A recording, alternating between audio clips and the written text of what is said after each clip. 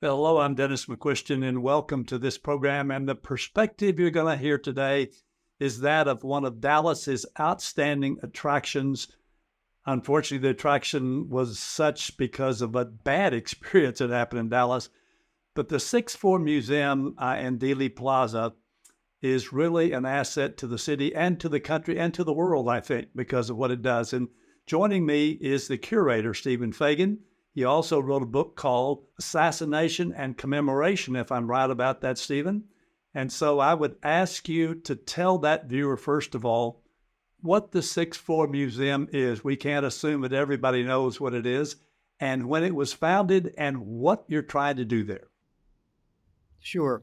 Well, the Sixth Floor Museum at Dealey Plaza is located inside the former Texas School Book Depository building at the site of the assassination of President Kennedy almost 60 years ago. We opened in February 1989, so we're approaching our 35th anniversary. And the museum explores the life, death, and the legacy of John F. Kennedy within the broader history and culture of the 1960s. Well, what you've done there with the building itself and with the exhibits is pretty amazing. So for that person who hasn't been there, and even the people like me who've been there a few times, but it's been a while, tell us a little bit about what it looks like if I were going to attend. Sure. Well, you enter the museum through our visitor center and take an external elevator that travels up the outside of the former depository building, leaving you at the sixth floor where you walk through what was a window in 1963 into the historic space.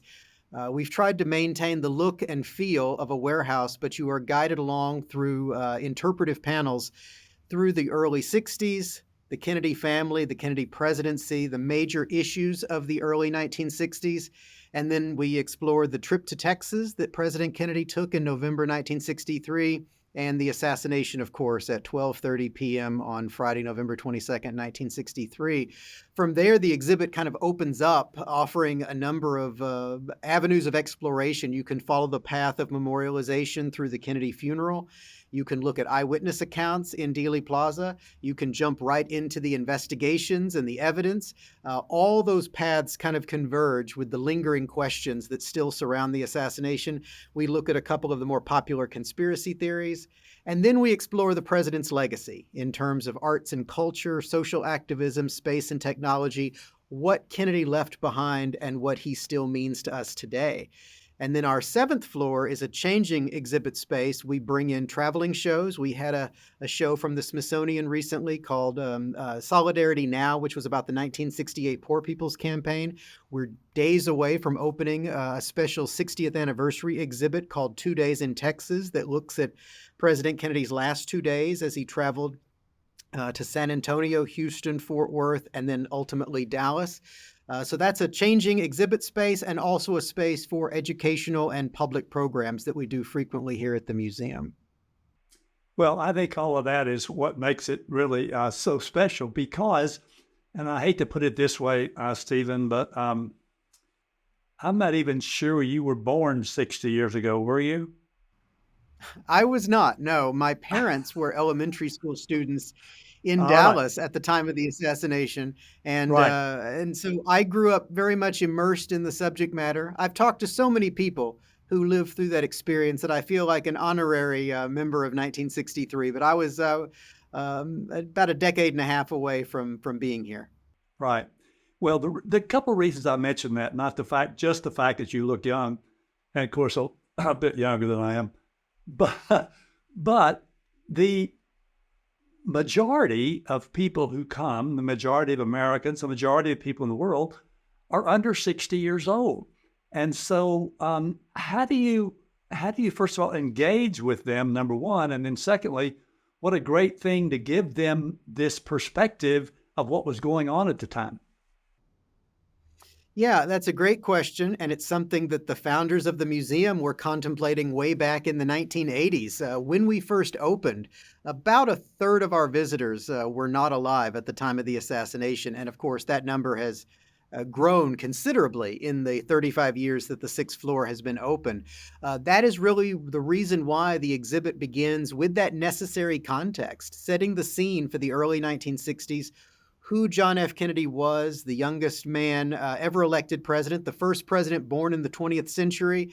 We want to introduce his family. So you see Jacqueline Kennedy and the two young children in the White House. We want people who weren't alive at the time to get a sense of that glamour, the charm that the Kennedys possess, so that by the time the story we tell reaches that sniper's perch window overlooking Dealey Plaza, no matter how old you are, you've invested yourself in the journey of the Kennedy presidency, which makes the impact of his death more understandable as people consider it one of those defining moments of the 20th century. Well, I think you're right about that, of course. And I think I gave my oral history there. I can't recall now, but I think I did. I was actually a college student working at a bank in Richardson on the day that happened. And obviously, it's something I'll never forget. And one of the things that we know is that it's hard for us, especially as we get older, to remember things. But there are defining events like that, which we hate, of course. There are positive events like our first child or second or fifth or however many children we have, but people remember those things. And so it's very seldom that you get a chance to talk about that. Now, I mentioned an oral history, which I think I did, but you've had how many people give their oral history, and then what do you do with those, and how can they get involved in oral history? Oh, absolutely. Yeah, we have about 2,500 recordings that we've done as part of our ongoing oral history project. In the early years the museum was open, we were targeting individuals who had direct connections to the assassination story, eyewitnesses, police officers, reporters, Parkland Hospital doctors.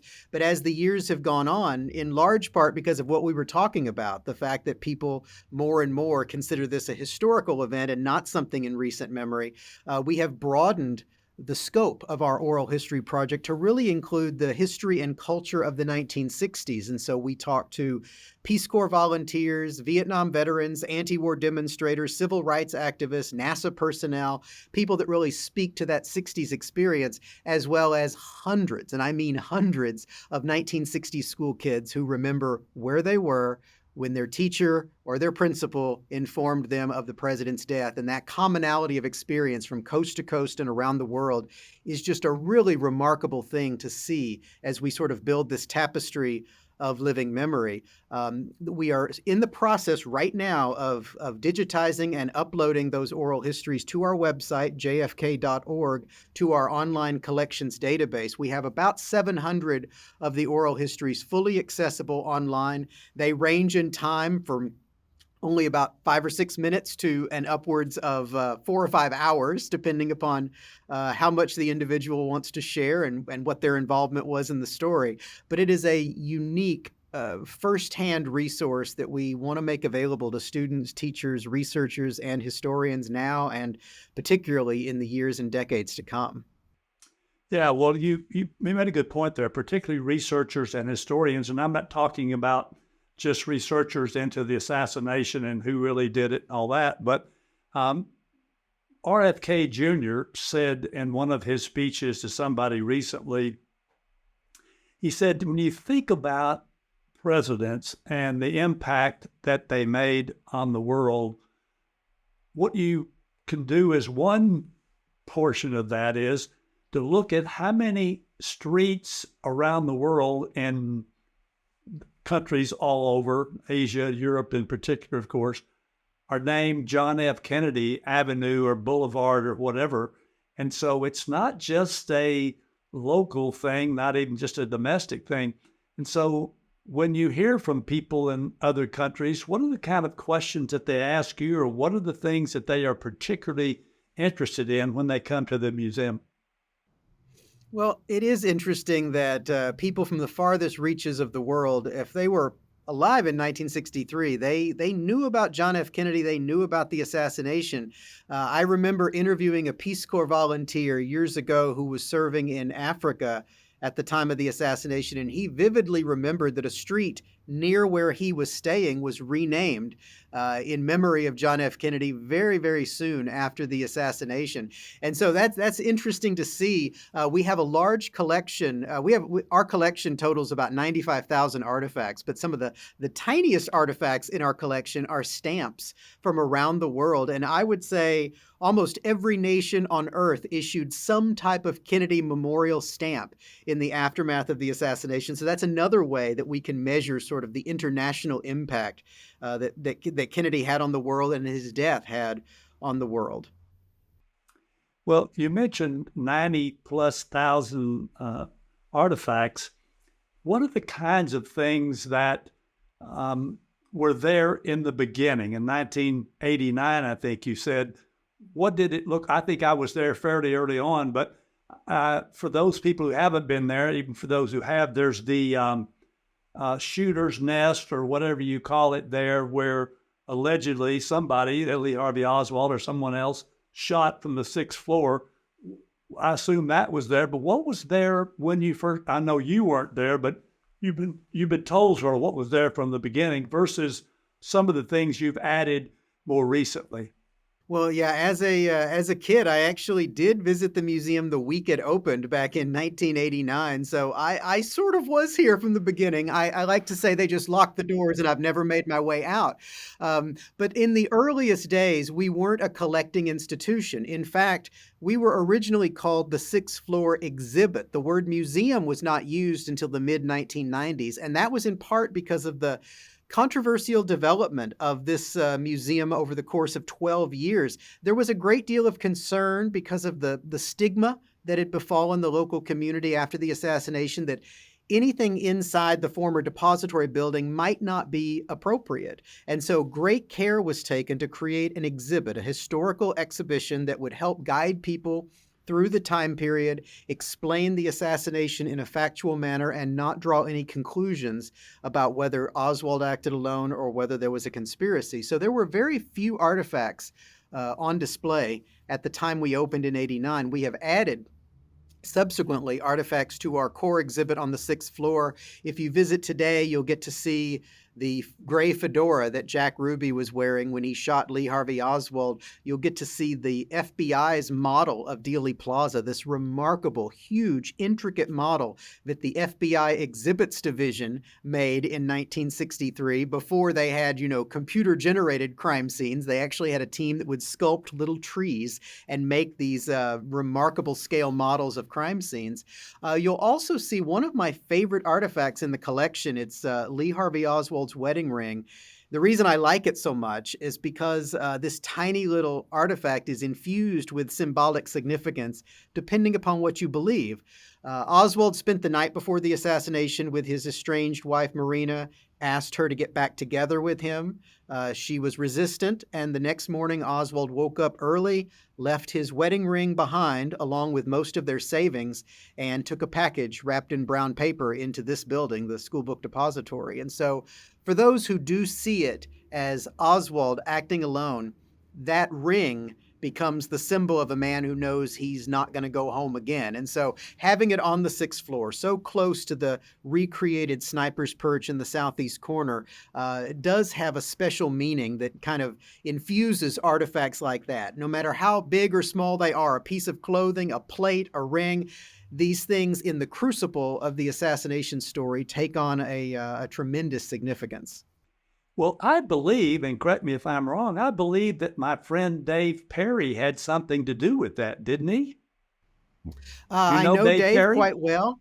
I Yeah. do. He's a tremendous assassination researcher, extremely knowledgeable, and I believe he was one of a number of what were called volunteer consultants. What's interesting about this story is when the exhibit was developed in the '80s. I mean, we were less than 25 years removed from the assassination in 1963, and so the founders, the project team that managed the 6th floor project, had to rely upon everybody from academic historians to amateur assassination researchers. And so it's a broad spectrum. I think about 27 individuals helped shape the text, the words that you read on the interpretive panels on the 6th floor.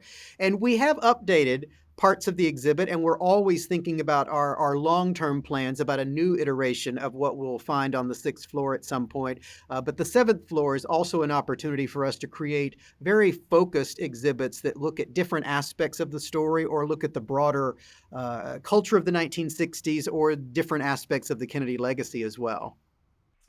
Well, one of the things that we have used Dave Perry for, in fact, we're using him now for some things, is he is my, how shall I put this, my BS detector as it as it relates to assassination researchers. Because as you know, there is a fabulous community of what I would call serious and knowledgeable research people that are still looking into aspects of the assassination. By the same token, there are a lot of folks who like to get their picture on TV or write a crazy book about something as well.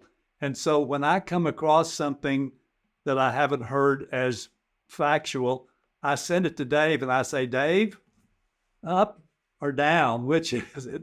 And in most cases, it's down. And so I really find him a valuable part of our team. Yeah, he's a good guy. I like him a lot. So speaking of the research that goes on, there are people who have said that, because you guys have the Snapper's Nest next to you all, that you have a position that Lee Harvey Oswald did it alone or there were other people involved, etc. What is your official position, if any, at the museum?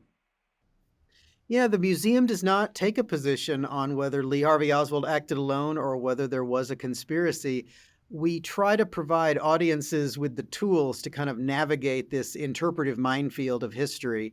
It is a very divisive subject, and we do certainly live in a conspiracy culture today, which in many ways we've been living with for 60 years, ever since the assassination in 1963.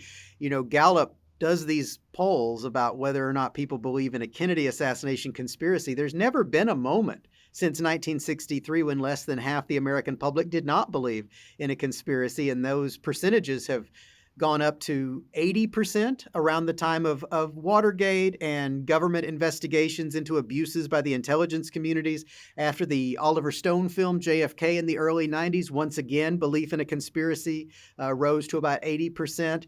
It'll be interesting. I think next month, Gallup may do another poll, a 60th anniversary poll. I'll be interested to see what the current statistics are, but I highly suspect it will be over 50% of the American public. We want people to look out those windows onto the landscape of Dealey Plaza and come to their own conclusions, because what you see out that window really validates your worldview. If you believe Oswald acted alone, Dealey Plaza becomes this quaint 3-acre vehicular park at the edge of downtown where a former Marine sharpshooter can easily assassinate President Kennedy and wound the governor, John Connally. But if you look out that window and think about the possibility of a conspiracy, you see a triangulation of crossfire with a second gunman on the grassy knoll, maybe a third gunman on the roof of the Dallas County Records building. It seems so highly plausible that shooters in multiple locations could have assassinated President Kennedy that day. To me, it's just one view out that window, but I love going up there with individuals who have very passionate beliefs and just seeing what they see out those windows at Dealey Plaza. Yeah, that's a good point, because people do have different views. One of the things that I'm glad about is that a lot of people, not just in America, but in other places, are still so interested in it. We did a program recently, and I asked Jeff Morley, who you've interviewed yourself, I said, why should that person watching these programs be at all, why should they care, basically? And he gave me an answer, but I'd be interested in yours. Why should people, or should people not just care and just quit going to the 6th Floor Museum?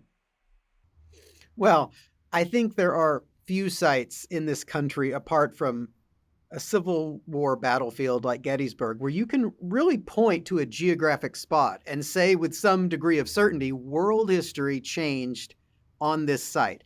And I do think Dealey Plaza is one of those, because one of the great unfulfilled hope and promises of John F. Kennedy is what might have been. What might have happened? How might the 1960s, this turbulent decade of violence and social unrest, how might it have been different if John F. Kennedy had lived, had gone on to a second term as president? What would have happened with Vietnam? What would have happened with civil rights? And so in many ways, Dealey Plaza kind of becomes this vessel for all of that unfulfilled hope and promise and what Kennedy represented. And as a museum, we have a responsibility to help explore that and help people better understand that, Kennedy's bold statement that we would land a man on the moon before the end of the decade resulted in man landing on the moon in July of 1969.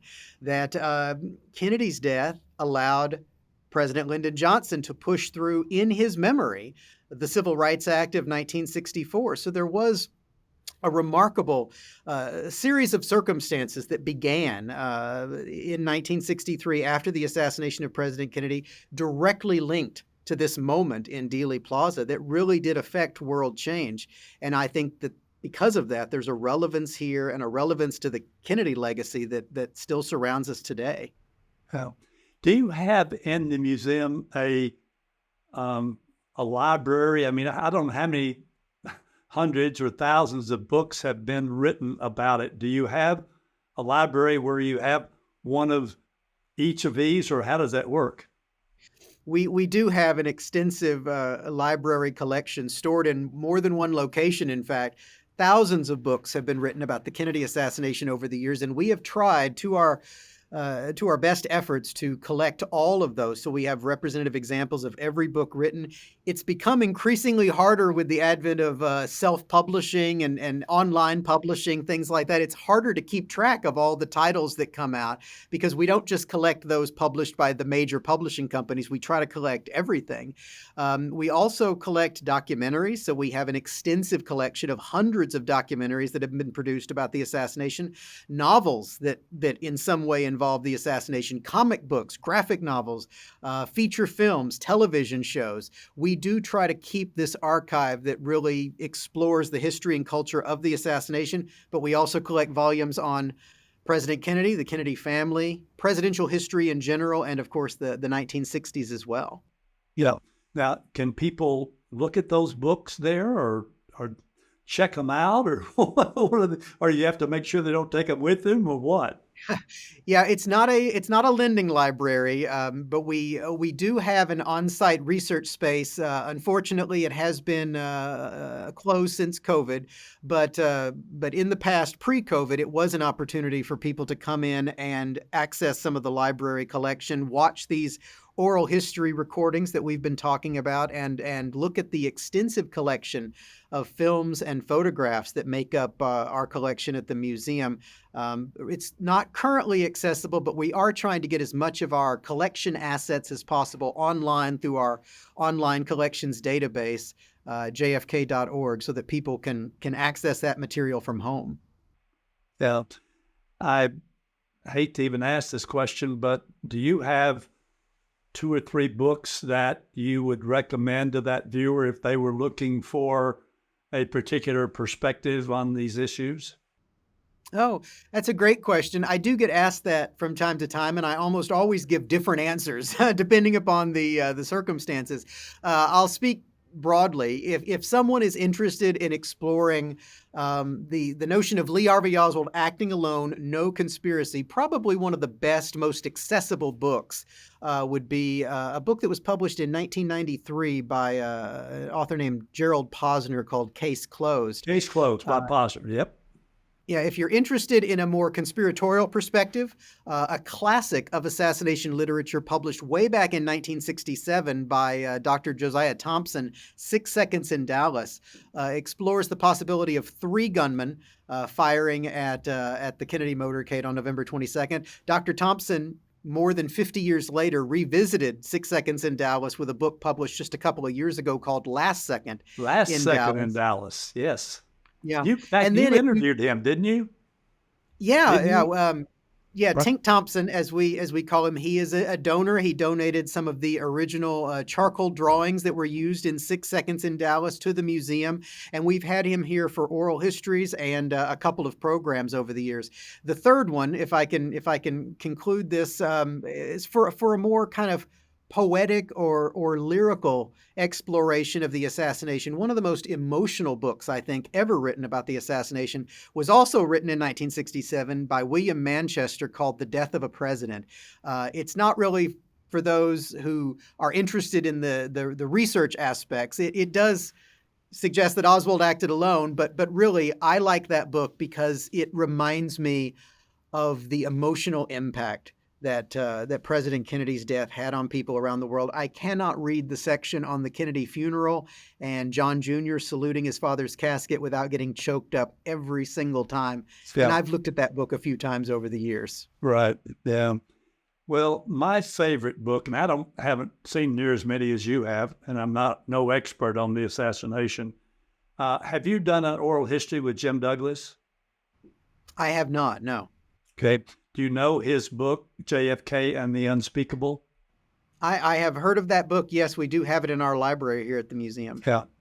Well, I happen to know him, and he is about to finish at the end of the year his latest book, which will be his last book because he's 85 years old.